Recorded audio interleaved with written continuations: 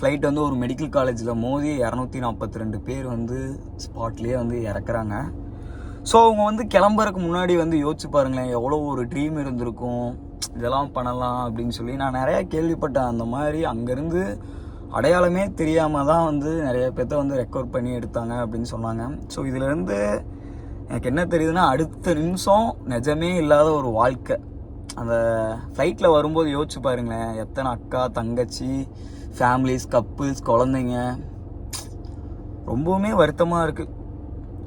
ரொம்ப ஒரு கஷ்டமான ஒரு ஸோ இது வந்து அகமதாபாத்துக்கு மட்டும் இல்லை, மொத்த இந்தியாவுக்குமே வந்து ரொம்ப ஒரு சேடான ஒரு நியூஸ் தான்.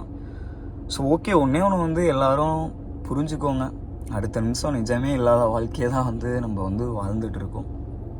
இதிலேருந்து இது மட்டும்தான் தெரியுது.